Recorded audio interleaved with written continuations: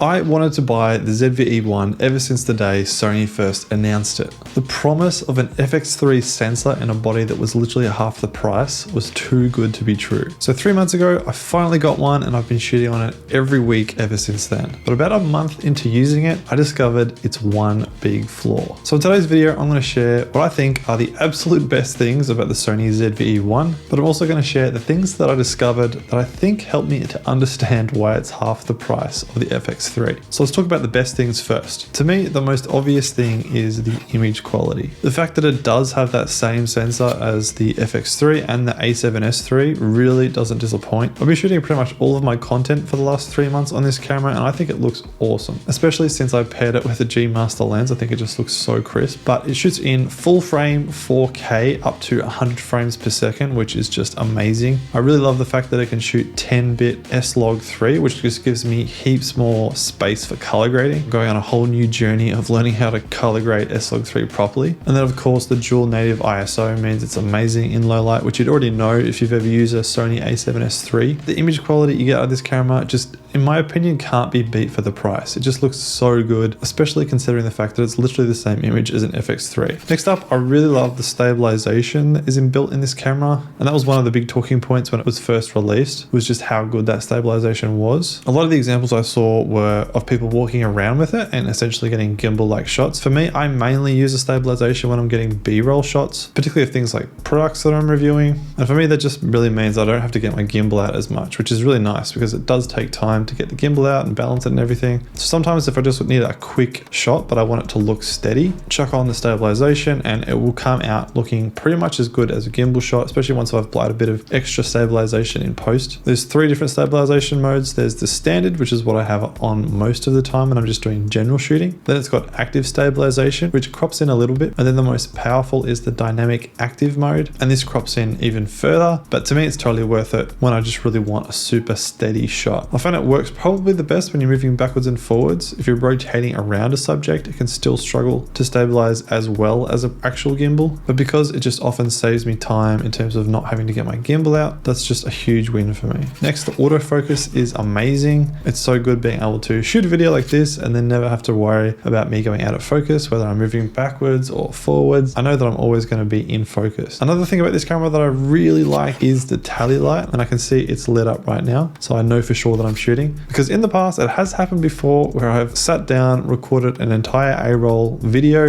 and then realized that I hadn't actually pressed the record button. And so having the tally light just means I'm able to quickly glance up and just triple check that I'm recording, that everything is good to go, which again is just a big time saver. Now I came from a Sony a6600, which I really love and I'm still using, but one of the biggest limitations with that camera is that it only had a screen that would flip upwards. It wouldn't flip out, especially when I was using an external monitor with the a6600 to shoot myself. If I did want to check any settings on the camera monitor, I couldn't see it because the external display mount would block the screen. So with the ZV-E1, being able to flip the screen out horizontally is just super handy because it means I can see all my settings really clearly even while I'm using an external monitor. Plus I just find it a lot clearer when shooting myself handheld. And then finally it gives me a lot more options when I'm shooting B-roll at different angles because it's got that broader range of motion. It means I'm really able to tailor the view to whatever position I'm shooting from. And lastly, I've actually been really surprised at how much I've been using and impressed with the clear image zoom feature. And this is a feature that basically enables you to crop into your image or artificially zoom in without actually losing much image quality. And for me, if you're looking at footage that's using clear image zoom versus footage that's not, I really can't tell the difference in quality. And for me, as someone who's only got 2 lenses, with my primary being a 24mm G Master, I've just found it so useful because the 24mm is so wide. Often when I'm trying to get it close up, it does add in a bit of distortion. And so being able to keep the camera a bit further back, but still zoom in and get a tighter shot has just been so useful, especially for shooting products, unboxing videos, that type of thing. So it's kind of like I'm getting 2 lenses in the one. All right, so let's talk about some of the things that I found quite frustrating with the ZV-E1 and that big thing that's helped me to understand why it's half the price of the FX3. So let's start off with a kind of small one, and that is the port cover cover flaps. And my main complaint with these is just that they feel a bit flimsy. They kind of feel like they're just about to snap off anytime I bump one, or even when I'm opening it. I feel kind of worried that if I bump it against something while I'm shooting, they're going to just break off. So in some ways, I kind of just wish they were removable. I'd probably just take them off and leave them off. Only a small thing, but it's just something I've noticed. Next is the grip. And you've probably heard about this before, but it's basically kind of one of the compromises when you have such a small, compact body. My hands are kind of on the larger side, and so I do find that the grip is a bit small for me. Even when comparing it to the A6600, the grip is substantially smaller. Now, for me, as someone who doesn't really shoot for extended periods, it's not too much of a problem, but I have used it on longer shoot days, and you do start to notice it after a couple of hours of shooting. Of course, you could add a camera cage and rig it out a bit, and that would solve the problem. But just as it is, the grip is a little bit on the small side. Now, next is kind of a weird one, but to me, the hot shoe position is kind of in a weird spot. To me, it kind of makes sense to have the hot shoe in the center of the camera so that any accessories you attach to the top of the camera will be balanced. But for some reason with the ZV-E1, the hot shoe is on the left side of the camera. So when you put heavier accessories onto it, for example, a monitor or maybe a heavy flash, it's going to make the camera feel a bit unbalanced. Now, right in the center is the microphones. And again, I'm just not exactly sure why they couldn't have put the microphones a bit to the left and moved the hot shoe into the center so that it would balance out. Maybe there's a reason for this. Let me know if you know what the reason is in the comments. It just kind of confuses me and does kind of irk me a little bit. Maybe just because I like to have everything neat and symmetrical. And then the other thing I noticed was just the fact that the battery life wasn't amazing. It's not terrible, but it's not amazing. And again, for someone like me who doesn't shoot for super extended periods, it's not really too much of an issue. But if you are planning on using this for longer shoots, you will definitely need multiple batteries. For example, I shot some behind the scenes footage on a friend's short film recently, and I went through about 3 to 4 batteries over the course of I think it was probably a 10-hour shoot, which again, it's probably to be expected, but just good to keep in mind. So I do have the battery from my 6600 usually charged up just as a backup in case. Now, the big issue that I think made me realize why this camera is in the consumer line of the Sony cameras, and that is overheating. Now, you've probably heard about the overheating with the ZV-E before, and for me, I really just didn't think it would be an issue. I shoot indoors, I don't shoot for super extended periods, and so I thought I would just never run into that issue, especially if I turned it onto the higher temperature auto shut off. However, about a month into shooting with this camera, I was sitting down shooting an A-roll video just like this, and it was a kind of warmer day, so it was quite warm in my office, and the video was going on a bit longer than I probably normally would shoot with this. So it was about 40 minutes into the shoot, and the camera just shut down, and it just told me that it had overheated. And I have noticed anytime I stop shooting, especially after shooting an A-roll video, that the body does feel quite warm to the touch. And when I felt it that day, it really was quite hot. Now again, I can understand because I'd been shooting for an extended period, and it was actually really quite warm in my office, especially with the big key light, and it was quite hot outdoors. But I think that made me realize that's why it's not a pro level camera, because I think if you're wanting to rely on something like this for a professional shoot where it's high pressure, like weddings or corporate events or anything like that, where people are paying you money to make sure you get the shot, to get that video, then you don't want that risk of the camera overheating and shutting down. Now for me, thankfully, I gave it a couple of minutes, switched it back on, and I was able to finish my video and keep recording. So it wasn't like it shut off and it wasn't turning back on for half an hour, but it did interrupt my shoot. And when you compare this camera to the FX3 has inbuilt fans and a much better cooling system. So you know that that's just never going to happen with the FX3. So I can see why it's targeted at pro users. And if I was doing professional shoots where I was being paid, I would probably opt for the FX3 over the ZV-E1. However, let's finish off with my final thoughts and recommendations on this camera. And that is honestly that I